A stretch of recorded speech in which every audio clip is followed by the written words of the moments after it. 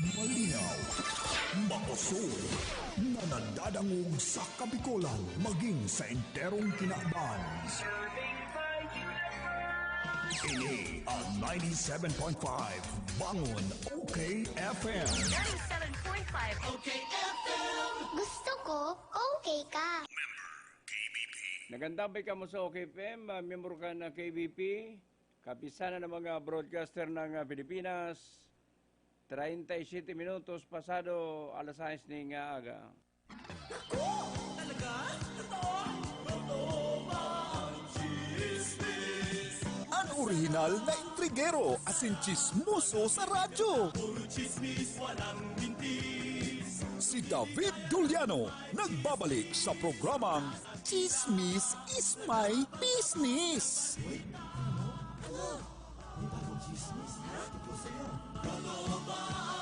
Maray na aga o yan, headlines, kasatuloy mga chismis, ang unya na pagkaaga.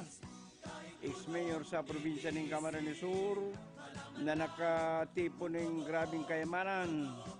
Delikado magtios, ngunya na saro-saro ng iniimbargo. Kan mga taong kinakautangan niya ang sa ayang mga kayamanan. Sa iba pang headlines, kasatuloy mga chismis, kabistadong abogado digdi sa Naga. Uli man sa grabing pambabae, sinangatan ng disbarment case kana sayang misis sa Korte Suprema ng Pilipinas. Iyan ang sa tuyang headlines kan mga chismis at yan ang detalyes. Sunrise ang sasalubong sa inyong umaga, pampasigla at pampasaya. Sabayan natin ang sunrise. Come on, get up and rise. Rise Coffee para sa kalusugan. Rise Coffee, 14 in 1 plus 1.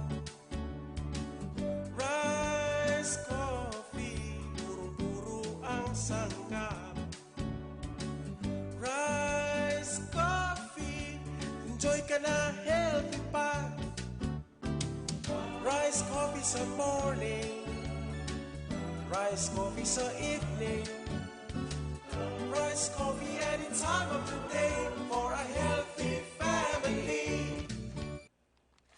Mula na naman sa Rice Brand, narito ang pinakabago, pinakamagaling, Rice Extreme Herbal Juice. Ang juice na punong-puno ng sustansya. Very affordable pa. 25 na sari-saring prutas at herbal extracts na siniksik sa isang inumin para makatulong magpalakas ng ating katawan. Spirulina, barley grass, buwa mera, aloe vera extract, guyabano, grapeseed, acai berry extract, dragon fruit, mangosteen at iba pang bigating ingredients. 25 fruits and herbs lahat-lahat ang laman ng Rice Extreme Herbal Juice. Kaya kung magjujuice ka rin lang naman, dito ka na sa Rice Extreme Herbal Juice. Tamang-tama ang lasa. Kitang-kita ang bisa. Rice Extreme Herbal Juice. Subukan na. Mabibili sa mga butika, pharmacy at drugstore sa inyong lugar. Okay, okay, okay FM. Gusto ko, okay ka.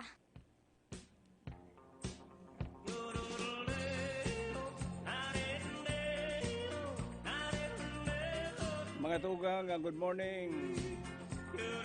Aldaw na Miyerkules, uyan sa tuyang mga chismis, ang unya na pagkaaga. Delikado magbalik na naman sa pagtios ang sarong dating alkalde, adigdi sa probinsya ng Camarines Sur.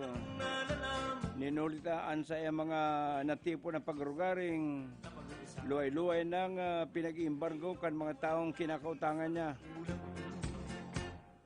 Ang dating alkalde sa probinsya ng Camarines Sur, naka-grade 4 lang. Dahil nga ni makabasa ng tultol na English, alagad sa negosyo sobrang dunong. Nakatipo ng apat na gayong darakulang gas station sa Manibaybang, Banwaan na digdi sa probinsya ng Camarines Sur. Nakapagpatugdok aning sarong magayon na harong sa sarong barangay digdi sa Naga. Asin man nagkakaperang mga mamahalon na mga lunadan, kabali naman dyan ang mga modernong gamit sa pagsisira. Alagad ang kabos na yan, saro-saro nang nawawara, Ninulita pinag-iimbargo na kan mga taong sayang pinagkakautangan. Ang ex-mayor sa probinsya ng Camarines Sur, haloy na nagpugol ng poder. Alagad kan siya mawara na sa poder, nag-attempt siyang magbalik kiraray. Dumana siya inabuting kamalasan. Dahil na siya nakakabalik bilang alkalde kan sa idang Banwaan. Grabe ang sayang gastos, pati na ang sayang aki ginasusan man na nag-interest sa politika. Kada eleksyon na amot ang sayang ginagastos. Kung kaya napungot na siya sa mga kinakautangan, saro-saro nang pinag-iimbargo ang sayang mga pagrugaring, ninulita iyon niya man ang ginamit na collateral sa pagutang. As ex-mayor, maalaban na naman sa otro eleksyon sa pagtubod na magana na siya. Ang ex-mayor Bantugan na Maray, ninulitakan na buhay pa ang sarong may edad na congressman. Kada eleksyon na milyones kung siya humagad, alagad ay mang ginagastos sa panahon ng karampanyahan.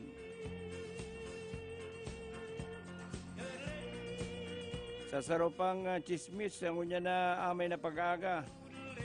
Idinagos ka na sarong misis ang nakasong disbarment sa Korte Suprema kan Pilipinas kontra sa saya mismong abogadong mister.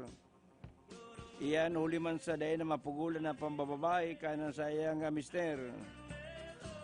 Sigon sa babae, dapat nga ni magpasalamat ng sayang mister. Ninulita dahi niya tinubod ang mga advice na kasong concubinage sa nisangat. Siguradong ini mapipriso. Alagad para subot maibitaran ang mas pang kasubkan kan sa ng pamilya. Inahagad niya na sana sa Korte Suprema kan Pilipinas na halian ng lisensyaan na sayang mister. Tako nilisubot bako ng abogado man ang income dahil na mambababae. Nagreklamo si Mrs. Ninulita siya sa kaantulo niyang aki. Pinapaistar sa nasa sarong lumao ng maray na harong sa dayang nagrabe ang surot. Nagtsatsaga sinda dawa mayo ning appliances. Ultimong washing machine mayo. Samantalang ang sayang mister pati na ang kalibin kani. Yaon sa sarong air condition na harong digdi sa Magsaysay, Naga City. Kung pirang basis niya nga sinabi ng mga bakli, alagad talagang day magbakli. Ang makamurumundo, ninulitaan sa ng mga aki, yaon sa public school, samantalang ang aki kani sa sarong nurse na nagtrabaho man sa Bicol Medical Center, yaon dyan sa Ateneo de Naga University. Uhuli man ka na baga na yan si Mrs. na pungot. Sinaan na bistadong abogado, gusto niyang halian ng lisensya ka na Korte Suprema kan Pilipinas, uhuli man sa pambabae. Si attorney mas bistadong maray sa apod na bugs kana sa mga kapwa abogado. Ana sayang kalibin na dahil naman yun niya nagtatrabaho bilang nurse, si nag-imbwelto na sana sa buy and sell ng mga alahas.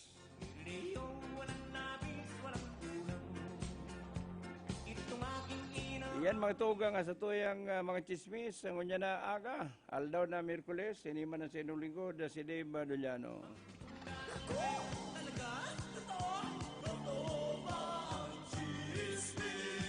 Ang orihinal na intrigero asin chismoso sa radyo. Puro chismis, walang bintis. Si David Duliano nagbabalik sa programang Chismis is My Business.